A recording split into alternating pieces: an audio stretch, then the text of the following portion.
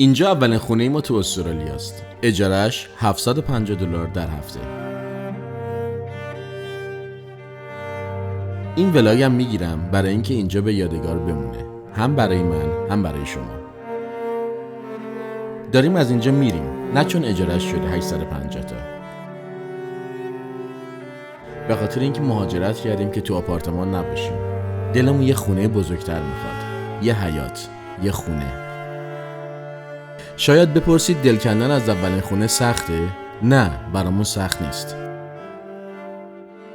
ما از مادرمون دل کندیم، از خواهرمون و از همه آدمایی که دوستشون داشتیم. برای آخرین بار بغلشون کردیم و اومدیم این سر دنیا. یه خونه که دیگه چیزی نیست. یه بار یه جمله خوندم که ولم نکرد. میگفت آدم‌هایی که هیچ چیز رو ابدی نمیدونن یه قدم از بقیه جلوان. فکر میکنم الان میفهمم چرا. نمیگم تغییر آسونه، نمیگم جابجایی درد نداره. میگم شاید بخشی از دردش اینه که فکر میکنیم نباید بشه. اما این زندگی بعد از مهاجرت. هر سال یه چیزی عوض میشه، هر سال یه چیزی رو میذاری زمین و یاد میگیری این گذاشتنها لزوماً باختن نیست. چپ ایدی آدرس هم میدن اینجوری بزن تق بزن. خب با پنجمین یا ششمین اسباب کشی تو 4مین سال ازدواج در چه حالی؟ 4مین سال ازدواج. قشنگ گفتی، خیلی قشنگ گفتی. 4میش نیست؟ 4میش هست دیگه. آره، یه بار از 4میشه. تهران رفتیم رشت، یه بار رفتیم اولین 3 بار تو رشت جا به جا یه شدیم. بار رفتیم اولین خونه که رشت مستجری بودیم. سال اول زندگی تو رشت میشه یه بار تا رشت. از اون خونه مستجری تا اون خونه که خریدیم تو رشت میشه 2 بار. خونه رو فروختیم 3 بار. خونه رو فروختیم، رفتیم خونه، نفروختیم، اجاره دادیم، رفتیم خونه مامانتینا تا ویزامون بیاد. این جمع کردیم رفتیم خونه مامانتینا تا ویزامون بیاد 3 بار. یه بار اومدیم اینجا 4 بار. رشت اومدیم اینجا 4 بار. البته از رشت اومدیم اینجا اسباب کشی نبود دیگه واقعا. ولی از خونه برادرات اومدیم اینجا اسباب کشی بود، بله. هست، فیلمش موجوده. آره. خب چه خبر؟ از اوضاع احوال روزانه تعریف کن خواهرم. تو چه خبر؟ خوبه، همه چی عالیه. منم خیلی. ولی اگه بذاره پاییز میذاره. الان پاییز شده. ما الان تو پاییزیم. آره. خیلی جالبه که من مشخصه که این پاییز. چی پوشیدی واقعا؟ فکر میکنم میخوام برم بستری شم، عمل دارم. بستری. آها، آبیه. کن قشنگ لباس عمل دیگه. ولی کلفتم از همچین جون داره. دمپایی زندانیاست. آره، بیشتر شبیه زندانیایی. آره، فقط این پاپیون نداره زندانیه. از وقتا یه چیزی میخوام. بخش چندی؟ بند چندی نه بخش. که برام. آره رسمی. دیدی یه وقتا یه چیزی میخری پشیمون میشی؟ خب من اون خیلی وقتا دیدم، امتحان نکردم، چون که معمولا خانومم خانومت خیلی وقتا چیزایی که میخره پشیمون میشه. خدا رو شکر هنوز از خرید من پشیمون نشده. نه از توش شادم شدی؟ نه نشده. خب از این روزا تعریف کن ببینم در چه حالی، چیکار میکنی؟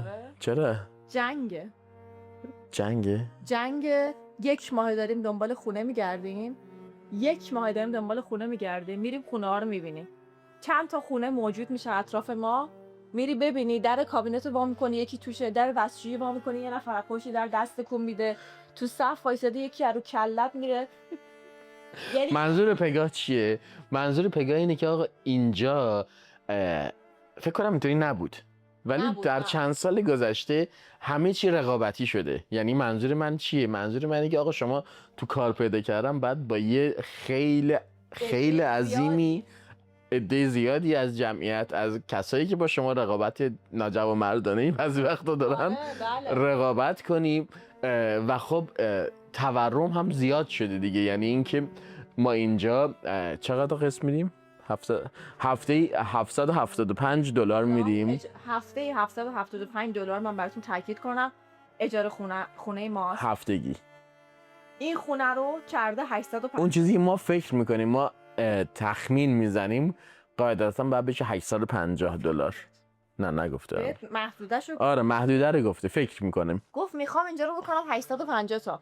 حالا یه کارمند از 775 بشه 850 تا، چقدر مگه حقوقش در سال اضافه میشه که هفته‌ای $75 اجاره خونش؟ من اینو واسه شما مثال بزنم که اگه مثلا ما هفته $800 قسط اجاره خونه بدیم، 775 رو گرد کنیم به 800، 52 تا هفته داریم، میشه حدوداً $42,000 در سال ما اجاره خونه میدیم. و البته اینجوریه که حالا به بچه‌ها استرس ندیم و کسایی که حالا میخوام بیان. نه اصلا اینقدر خوبه، اصلا درد نداره. اینجوریه که دیدی اینایی میخوام برم بچه‌ها رو ما رو می‌خواستم ببرن آمپول بزنه. نه آمپول هیچ دردی نداره، قشنگ هرچی کمتر بهش فکر کنی بیشتر. اینجوریه که حقوق یک نفر حتی معمولی ترین کارو بکنه، همون 850 اجاره خونه رو میگم معمولی ترین کار رو انجام بده، پیش پا افتاده ترین 850 تا رو کاور میکنه. حالا حقوق یه نفر دیگه هم میشه چیزی خورد، هم میشه جایی رفت، حتی سفر میشه رفت، تو پاره از مواقع میشه سیوم کرد. پاره از مواقع رو قشنگ گفتی. این آره همون گونه که در خبرهاست میگو پاره از ابرها، یه چیزی میگفت در پاره از نقاط، پاره از نقاط. پاره از نقاط. اون خانمه بعد هم میاد مقنعه بلند تا اینجا. زش نیست. بعد میاد با چیز نشون. یه کنترل دستشون بود، اینجوری میزدن میرفت صفحه بعد. خط کشم نشون. آره ولی یه چیز دستشون بود این پشتشون عوض میشه. الان نبود بتونی هوا رو همینجوری ببینی تا هفته دیگه تو موقع. آره قبلا نه. آره هر شب میشستیم ببینی فردا، بعد منتظر بودیم بگه برفیه. آفرین منتظر بودیم زیرنویس کنه اخبار که فردا تعطیله. از کجا به کجا رفتیم. خلاصه می‌خواستیم بهتون بگیم که بعد از مهاجرت ما اصلا واسه همین مهاجرت کردیم. ببخشید من واسه حرف شما پریدم.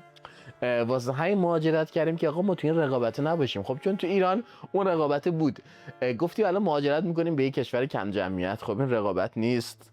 همه چی به قول پگاه الان میایم اینجا بهتون شغل میدن، میایم اینجا بهتون خونه میدن، میایم اینجا. نه میدونی واقعا استرالیا همه کسایی که بودن میدونن که قبلا خیلی بهتر بود. الان بعد از کرونا خودشون هم دیدیم مثلا ما تو ایران عادت داریم به تورم، هر سال منتظر تورمین.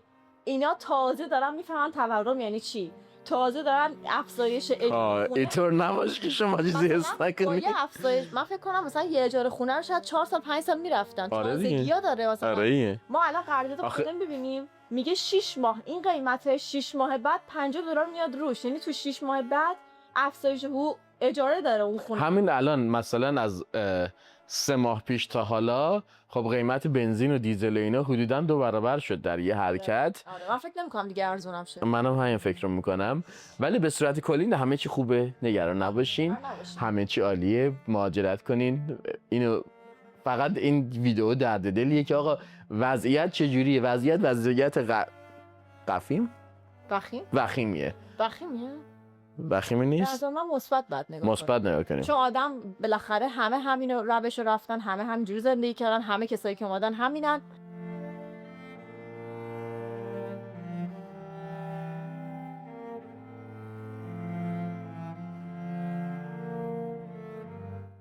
ما چرا خونه نمیخریم؟ چون که چند سال بعد، یعنی بچه‌ای که اومدن 2-3 سال بعد که وقتی پول اولیه بعد جمع کنی واسه دادن برای خونه، یه پول زیادی هم هست. آره اون پول اولیه حالا الان دولت داره کمش میکنه که همه صاحب شن.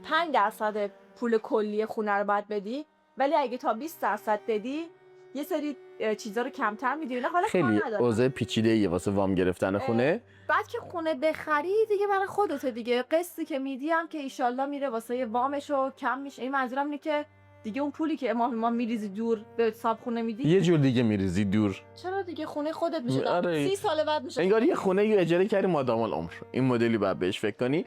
ولی راجب اسباب کشی بگو. خب ما قراره که اصلا بهتون نگفتم چرا داریم از این خونه میریم. در حقیقت خونه ما یک جای خیلی لاکچریه. خونه ما دوره حرف میزنم خیلی آهنگ اینقدر خوندی یه چیز دیگه هم خواستم بگم یادم رفت کلا. درست ببخشید انقدر مستقیم. من آخه بچه‌ها همیشه میان صدام قشنگه، خواستم یکم صدامو پوز بدم. توی کانال بزن تکی خوانندگی کن برای بچه‌ها. منو بچه‌ها ما یه جای خیلی خوب گلدکوست زندگی می‌کنیم، یه منطقه بسیار با کلاس گرون و لزومی نداره اینجا زندگی کنیم. یا آپارتمان گرفتیم که توی یه مجتمع خیلی بزرگ 90 واحدیه. 300 واحده. آره ما فقط 90 واحدیم، بغلی 90 واحد و همینجوری کنار همین قارچ اومده بالا و ما داریم پول زیادی برای این خونه کوچیک میدیم، در صورتی که یک ربع میریم اونورتر یه خونه حیاطدار 4 خوابه بزرگ که یه دقیقه بریم تو حیاط. اینجا خیلی خوشگله. یعنی پارسال که این خونه رو گرفتیم برگامون اینجا خیلی خوشگله، خیلی نوعه، خیلی چی داره؟ همه چی داره، استخر و جکوزی و سونا و این داستانا داره. باشگاه و اتاق سینما نوساز بود خونه وقتی ما اومدیم توش. ما اول نفر بودیم اومدیم توش. بسیار خونه تمیز بود. ما هنوز از انتخابمون پشیمون نیستیم اصلا خداییش. ولی دوست داریم خونه بزرگتر بگیریم چون اتاقامون بسیار تنگ شده دیگه، کمدامون جا نداره. اتاق کار پدرام همش شده. اتاق چیه من؟ کار. و الان اتاق کار منه؟ قراره باشه. الان چیه؟ انباری. مرسی. خب هر چی اضافیه میری تو اتاق پدرام. قرار شد که یه اتاق کار پدرام داشته باشیم، یه استودیو واسه کارامون و ضبطامون و فیلم برداریامون، یه اتاق بسیار دوتامون، یه اتاق دیگه واسه من اگه 4 خواب باشه، من تنها، اتاق لباس و نوم. بالاخره مثلا اتاق یه چیز دیگه نباید باشه، اتاق تو باید نه باشه. اتاق مهمون قراره باشه خودش. اتاق مهمون باشه شو. الان اتاق کم آوردیم که ناکن یه اتاق من. حالا پیدا میکنیم. و نکته جالب اینه که همون فکری که ما میکنیم حدوداً همه این 300 واحدی که تو این 300 تا خانم و خانواده‌ای که تو این کامپلکس هستن هم میکنن.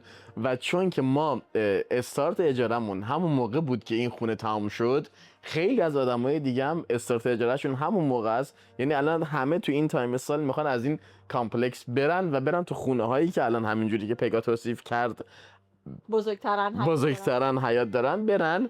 واسه همین رقابت واسه اون خونه هایی که قیمتشون نسبت به مساحتشون میصرفه رقابت بسیار عجیبیه. یعنی ما یه بار رفتیم توی اینسپکشن و 20 دقیقه توی صف منتظر بودیم که بریم خونه رو ببینیم. آره 20 دقیقه تو صف بودیم که فقط وارد خونه بشیم، چون صفش در حد صف چی بهتون نظری بود نمیدونم. خب در مورد جابجایی بهتون بگیم که ما با ماشین خودمون میخوایم جابجا شیم. ما میخوایم با ماشین خودمون وسایل رو ببریم، یعنی یه دونه تریلر بهش میگیم. یعنی ما آدم نمیشیم. چرا؟ با تویوتا کرولامون اونو آوردیم. ببخشید تویوتا کرولا نداریم دیگه، الان ماشین قوله دیگه، وانت. بالاخره ماشین من خراب میشه. نه من اجازه نمیدم چیزی بذارم. تریلر بگیریم. چی بگیریم؟ تریلر. خب چیه اسمش؟ تریلر. اینجا یه سری گاواهن سفارش میدن واسه میکنیم پشت ماشینتون. آره و میتونی اجارهش میکنی روزی $100 $200 بعد بزرگن. $100 $200 نیست، کمتره. بزرگ چقدره؟ آفرین. آها شانه کرال سینه. آها آفرین. چقدر پشتم گرفته.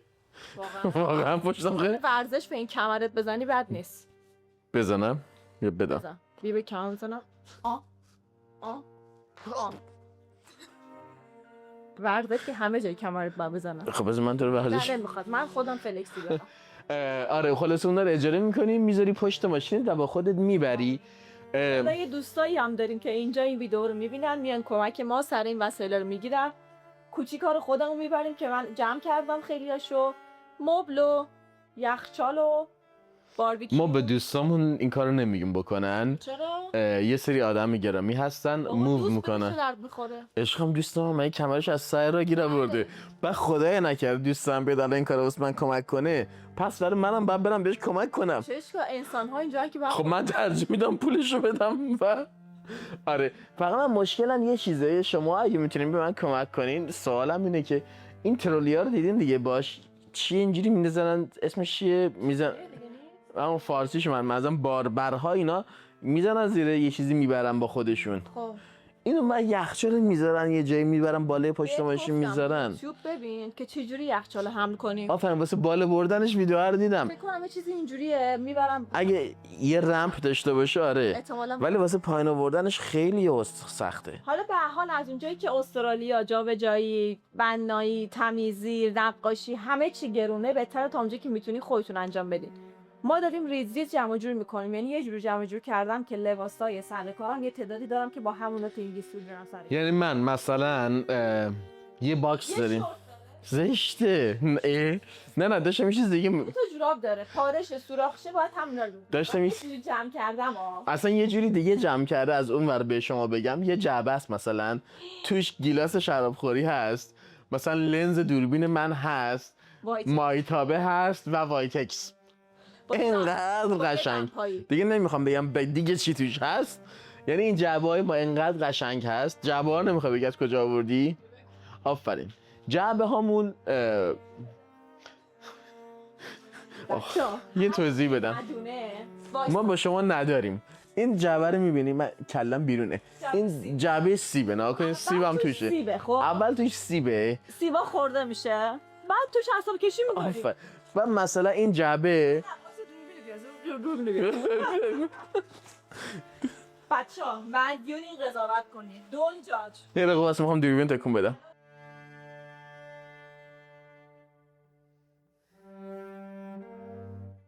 هر کی ندونه فکر میکنه مثلا ما داریم میریم سیب و خیار بفروشیم، بقالی داره تو اونجا وا میشه، جابجا بقالی داره جابجا، بقالی داره جابجا میکنه.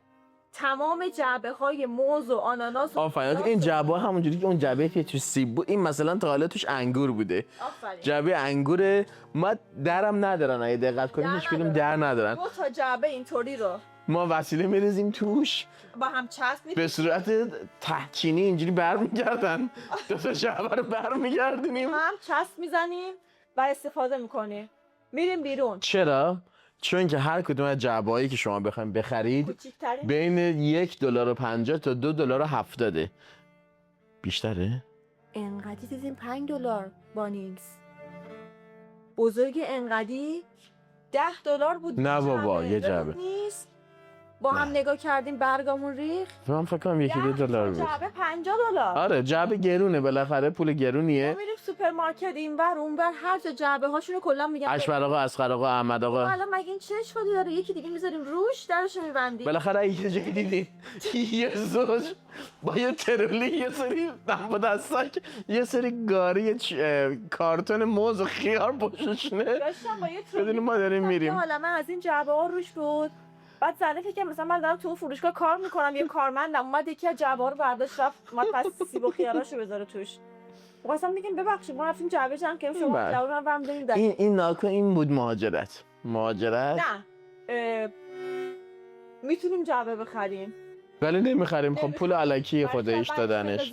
بله. و واقعا زشت اینجوری ما اصلا این تریکو به شما بگم که شما تو فیسبوک مارکت سرچ کنین مووینگ جعبه های کارت باکس مووینگ، کلی جعبه کارت باکس نه کارت مووینگ، کلی جعبه مجانی کسایی که خونه‌شون جابجا کردن همین الان که میتونیم بریم بگیرید. ولی خب ما چون تایممون نخورده تا حالا نتونستیم بریم این کارو کنیم. ولی قضاوت نکنیم، بعضی‌ها هستن اینجوری با این جعبه ها Only can God judge can. God can judge can. همون. بعد واقعا به قول پدرام از سر کار شبا میام دیگه من خودم جعبم، من از سر کار میام یه جعبه و پرم. مثلا میخوام اسباب جمع کنم، میگم خب حالا امشب 2 تا جعبه جمع کنم، به روزایی که میخوام بریم نزدیک‌تر میشم هی بیشتر جعبه رو میارم، دارم رد میشم، اونو میندازم خمیر دندون، دمپایی، حتی کاسه، بشقاب، لیوان، کریستال بسته بندی نشده دورش کاغذ باشه، همه رو همینجوری گذاشتم. مثلا یه دونه جعبه از اون زیره الان شاید نشونتون بدم، توش پر این ظروف شکستانی آشپزخونه نازداکا خوبا، روش نوشته پوفیوز دست نزن. نه نوشتم شکستنی یا عالمه من دست نزن، یعنی آره دست نزن، دست بزنی منفجر شده. خیلی حساسن، با ماشین میبریم تو اون ترولی نمیندازیم که اینجا تق کنه اینا. خلاصه آقا ببخشید اینجا الان دست من شاید تکون بخوره. همتون سوالتون این بود که آقا این تابلوها رو ما چجوری زدیم به دیوار، نشونتون بدیم. یه سری خمیره که شما خمیرا رو الان به دیوار چسبیده میبینی. الان من میرم جلو، این خمیرا رو توپ این آدم گرد میکنیم میچسبونیم به دیوار و بعدش از دیوار کنده میشه. خانم پگه بیا نشون بدید، دمانستریت کن. بعد نگیر دارم نمیذارم توی جعبه همتی خاطیه. شینیون شلخته ندیدی عبیسی میرفتی شلوغ، مدل شلوغ شلخته. من کارمندم، من سرم شلوغه، من نمیتونم تمیز و با کلاس اسباب کشی کنم. به خدا اگه کارمند نبودی هم همین بودی. چلس باشم، چلس. حالا اونو ولش کن، اینو میگی. آفرین. این بالا یه سری گیره داریم، ببخشید اگه دوربین تکون میخوره دیگه به بزرگی خودتون ببخشید. میخوای در نیاری نشکنیم، بذار من بیام. آفرین متوجه شدم، همون کاری که نباید میشکوندی شکوندی و دارم شوخی میکنم. این بالا میبینی یه گیره است، بذار من دوباره از جلو نشونتون بدم. پگه دست رده دست اون یکی این گیره سرش در میاد، اوکی، و به این مرحله میرسه که زیرش یه چیز چسب داره. این اینجوری در میاد، بدونش الان اینی که میبینیده آره و اینا آینه بچه میگن آینه های سنگین باش نگه. آره این هر کدوم تو 10 کیلوگرم مثلا نگه میداره. بعد این چسبه رو آروم میکشی رمزش اینه که میکشی میکشی نگاه کن. انگار هیچی نزدی. این ولی خدای نکره اون چیزی گفتی وقتی میزنی به در دیوار دمام. آره دیگه جاش میمونه. نه خب نزد چرا بدن تو میزنی همیشه. من اصلا دماغ ندارم. چقدر بیادبی. خودتو اصلاح کن. حالا ببین این کارا کار دارن. بسته شاید باورتون نشه اینا خیلی گرون خریدیم. اینا دیگه استفاده نمیشن. چسبشو میتونی خالی بخری و استفاده کنی اگه نشکنیشون. نه اوکی. منظورم اینه که روز آخر که میخوایم بریم و همه کاره. کی حوصله داره 2 ساعت وایس اینا رو؟ من وارد 2 مرحله میشم الان. نه بعد 2 تایی. وارد 2 مرحله میشم. خب من از شما الان یه سوال بپرسم. الان داری با این اعتماد به نفس، با این پشتکار قشنگ، با این جذابیت خاص و تمام عیار داری این رو میکنی و باز میکنی، خونه ما رو لخت میکنی.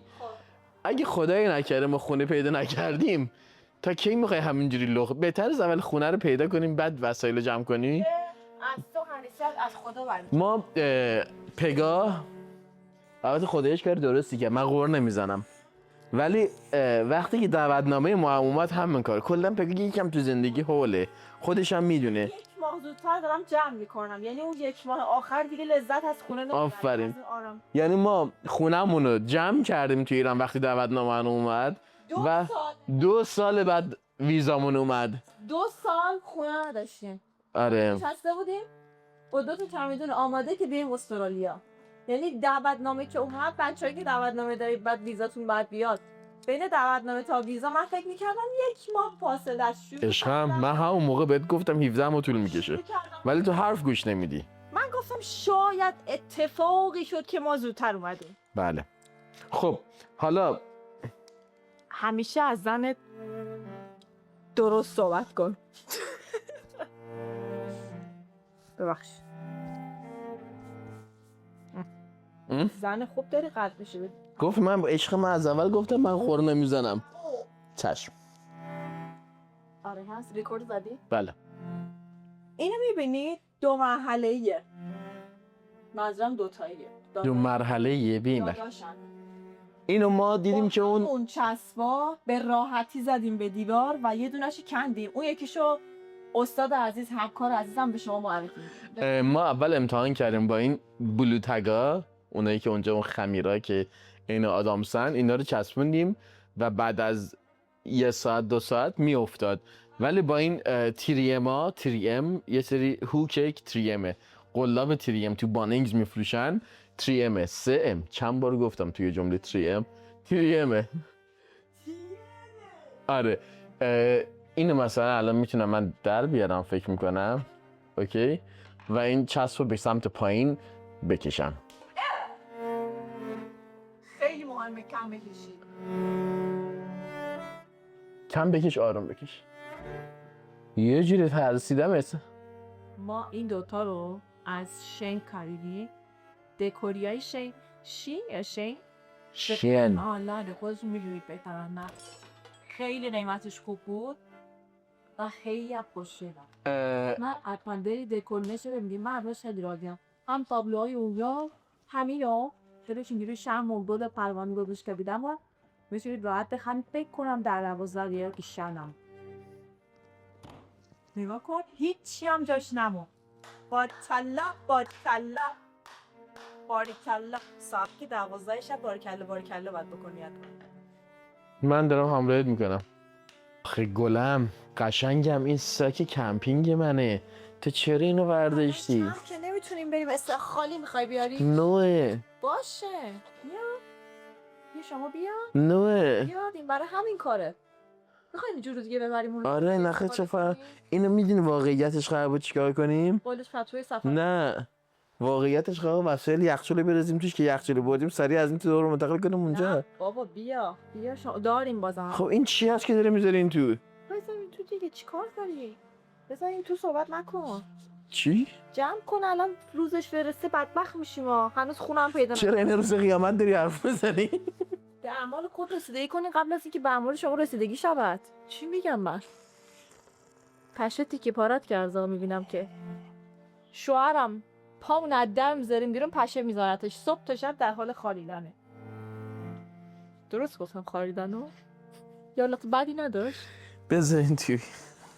من چیکار کنم؟ میخواری دیگه نمیخواری؟ چرا از چرا تو اینا میگفتن میخواری؟ مثلا 2 تا ماشینه شیشه رو میکشیدم با این بامگو بیخ زشته. میتونستیم از این ساک استفاده که کاری ببریم. اینم یه نوع استفاده است که چون اینجوری میکنی بیشتر قول بده زور بزن فشار بیاد باید بره بغلش، آخه با فشار فایده نداره. نه داوا میشه میتونی گردش کنی. چی میگی؟ نه بادش گرفت وقتی خریدیمش اینجوری بود بادش باید گرفت بشه هر چی بیشتر فشار بده باد مگه نخود لوبیا آب گوشتی که بادش باید گرفته بشه؟ هیچ راستا میشه من بشورم نه این چه خوشگله چرا این تو این بود کبرچینه کرده این تو ببخشید پردوش رفتشه. من چرا باید اونو دست بزنم عشق من؟ حالا ایشالله اینو با کنم یکی دیگه تو این باشه. نه توش هیچی نیست. توش پوچه، توش خالیه. توش خالیه. فرصت مناسبی الان واقعا این چرا گذاشتیم تو؟ کجا بذارم؟ کوسم موسم میرم بذاریم این تو دیگه. هی فشار میدیم هی چیز دیگه میذاریم. خب تو کار آسونشو میکنی، من همش فشارها رو دارم میدم. هیچ ایرادی نداره که. نگاه کن الان اینا رو بهت میدم من روهاشو الان میریزم بشورم. مشتی رو خیلی دوست دارم. بیا اینم بهت میدم بذار. الان یادم افتاد میتونم اینا رو بشورم خاک ماک گرفتم تو این چند وقت. یعنی تو یه سال اینا رو نشستی؟ چیکار داری؟ برم تو روز زندگی من چیکار داری تو دوربین جلو مردا؟ همه میدونن مثلا کلا به شستشو مخالفینه. گیر داده به من. زشته. مردم اگه با من ازدواج میکردن من رو سرشون میذاشتم. جان؟ اگه من زن یکی بودم قدرمو میدونست. اگه من زشته این حرفا. چرا؟ اگه من شوهر یکی دیگه میشدم قدر من نمیدونست بیشتر؟ چون قد دونستن نداری که بیا. تو جا بده. خب بده من اینا رو پوست میکردم تو جا بده اگه قد دونستن ندارم. 2 ساعت داره. من یکی فشار میدم دوباره یکی دیگه میده. ولی کوسن زیاد داری. نه من قد دونستن ندارم. خدا مرد رو آفرید که کارهای سخت انجام بده. 100% همینطوری. الان منو خر کردی بقیه‌اش هم میره بذارم. یعنی مردا واقعا نیاز دارن به اینکه خرشن. چرا؟ چون اگه خر نشن خیلی زندگی بهشون بشم. می‌ذاره بهشون. آره چون بالاخره باید کار انجام شه. یا خر خوشحال. من نخواستم اینو بگم. مثلا خر خوشحال به همه میزنه. آره بعد آره دیگه خودت میتونی متوجه بشی منظور من چیه دیگه. که داری کارهای خونه زندگی تو انجام میدی. 100%. خونه عمه من نیست که خونه توه. همه عمه من. اونی عمه من نیست که آقا خونی توه. چقدر من دوست داشتم لهجه رشتی رو کامل بلد بودم. اینم من بذارم این تو. بعد بشورم دیگه یه سال نشستیم به قول خودت. میشه برای ما یه انرژی جمعی بفرستی. ما فردا خونه پیدا کنیم. همین فردا. این رفته توش. زیپشو نمیتونم پیدا کنم سرشو. اون سرش توشه. سر زیپ که میکشی اون تو پارچه گیر کرده. آدم اگه کامل صحبت کنه خیلی بهتره. یعنی تا حالا من اون پوست میکن من اینا رو میذاشتم این تو. الان دیگه پوست کندنم به من سپرد. نه دیگه پوستشی میکنم. دارم برات پوست کلی میکنم. چقدر جا داشتین. فشار میده و منو پشت میده. خب دیگه هر چیزی یه مقداری توش جا میشه. من قطره رو تو دریا نمیتونم جا بدم که. نه قطره رو تو دریا نیست. ولی واقعا جا بدی جا میشه. بیا نیت تو اگه بخواید جا بدی بلش کن. یه رو اون برتر میخوایم بریم. اگه خونمون یه رو اون برتر پیدا کن. این تش جا داد چه صدا توپ داد. همسایه چیه با این تق که صدا نمیره خونه همسایه. چرا نمیره؟ این صدای تو بسکتبال یه میده. جوری میگه انگار همسایه مثلا نشسته همین بغل هم ما. پایینه دیگه. بینمون هیچی نیست. نه دیگه چشم مسقال لیواره دیگه. باش ولش کن الان اینو بخیال. دی فشار ندن. تموم شدی. اینقدر فشار زدی اینجاش پاره شد. دیگه وقت کاری به هم میسپری من درش نمیخواد ببندیم. درش میبندم. نه نه دیگه اینقدر فشار نده داره پاره میشه. قش شد. بنداز من نمیخوام بکشم. چقدر سخت بود. همسایه بنداز اون چقدر سخت بود. دیگه سربازی میریم. سربازی میرفتی اینا برات چرا سربازا آقای هر چی ساکی می مثلا یه جوری میگه بیچاره سربازا انگار کلی رفته سربازی. یه جوری از خاطرات 4-5 صبحای سربازی تعریف میکنه انگار 5 ماه آشخور بالای برجک بوده. میگه ندیدین دست مردم، نخوردیم نون و گندم، دیدیم دست مردم. متوجهم. استایل هر سربازی میبینی خسته ترینه. دم همه سربازا گرم. همه اونایی که چیز ماهن، همه اونایی که صفرشون وا شده، همه اونایی که دیگه به نکشی خوردن، دم همشون گرم. من از پشت دوربین همتون هواتون رو دارم. خودم بودم، شما هم بودی داداش، همه گردان سیا. این بود ویدئوی اسباب کشی ما. اسباب کشی ما تمام شده. نشده بابا نشده. تو فکر آقا من روز اسباب کشی به 3 نفری $100 میدم، میان کل این خونه رو برمی‌دارن میبرن یه جا پهن میکنن. نمیخوام. من خودم پاره میشیم اینجوری. نه من آدم پاره شدنم. تو خب هستی من نیست. لذت میبرم پارشم. اومدم که پارشم تو این زندگی. باشو من پاره میشم تو پاره نه آره. خودم بعد وارد عمل بشم. آدم بعد خودش تو بیاد تو میدون. نمیتونم بشینی عقب بگی ببخشید وسایل من ببرید وا کنید بچینید. من از اول زندگی وارد عمل بودم. همه کارا رو خودم کردم، همه رو. الان دیدین دیگه عمل اینجوری بوده که پوست میکند من فشار رو میدادم. من خودم رو ببینی چند وقت دیگه نمیرم آرایشگاه. از این ناکینای فیک میگیرم میچسبونم 2 هفته 3 هفته میمونه، بعد در میارم جدیدش رو دارم. 3 تاش کنده شده. این انگشت، این انگشت، این انگشت. شاهد باشی با 3 تا ناخن ننشته، با 7 تا ناخن داشته، 3 و وقت میشه گرفت. بیازم خیلی بده. بعد میرم سر کار. برای اینکه اول که باید کلی پول بدی برای ناخن، دومی که باید دشین تو صف وقت بگیری اینجوری کنی اونجوری کنی. بعدم آدم حساب میره نورجوات وقت نداره. عشقم یکم میخوای چون قدت یکم کوتاهه من من بغل تو وایستم دیگه توی کات جا نمیشم. خب خب یکم بیا عقب‌تر که راه راحت‌تر است که بیا عقب‌تر. خونمو نشون بده. آره حالا من هنوز کلم نیست. خیلی داغونم. خلاص اسباب کشی تو استرالیا اونقدر هم سخت نیست. نه همین خودتون همه چی راحت میتونید بسته‌بندی کنین، یه دونه از اون ترولیا بگیرین و با خودتون ببرین. ما قاعدتاً اگه خدا قسمت کنه و خودمون بتوانیم تواناییشو داشته باشیم به احتمال 99% اون تیکه‌ای که خودمون هم می‌خوایم اسباب کشی کنیم هم دوباره از اول تا آخر برای شما ویدئویی میذاریم که شماهایی که می‌خواین تو استرالیا اسباب کشی کنین اطلاعات خوبی برای اسباب کشی در استرالیا داشته باشین. زین پس کانال ما رو به دوستان خود معرفی بنمایین. باروری پدرو بار میبرم. بدم نیستا به خدا من تو پوست بکنم من فشار میدم. نه من پروژه های باروری آفرین تو مدیریت کن من عمالی. تو برو بارا. آره اوکی قبوله. خودم بریز برسن من میگم من پاره بشه. آره او آدم نه پاره بشه، شوهر و پاره بشه. آره او من همه کارمو من خودم همین پاره یاره شدم. آره پاره بشه.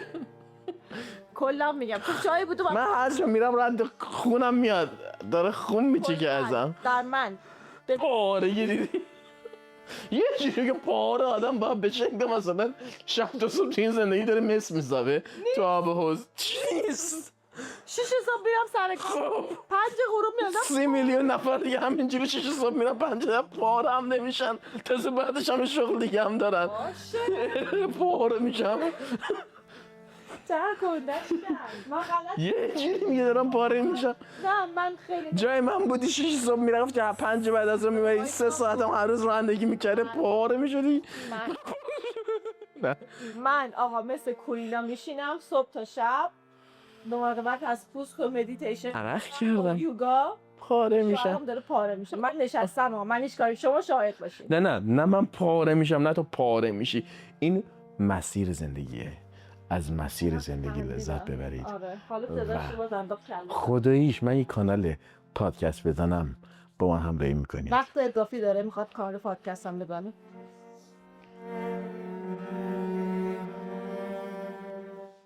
از شرایط پادکست دادن فقط میکروفونش داره. حتی میزش هم ندارم. ولی یه روزی من پشت این ببخش میکروفون پشت رو گرفتم. یه روزی من پشت این میکروفون تو استودیو خودم میشینم و پادکست ضبط میکنم و به مردم میگم ماچ به کلتون.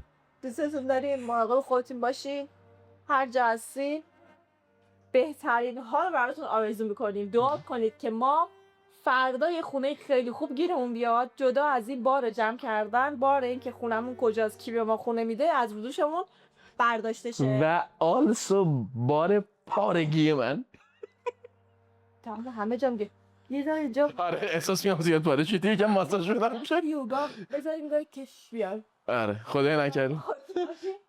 دوستتون داریم، ماچ به کلتون.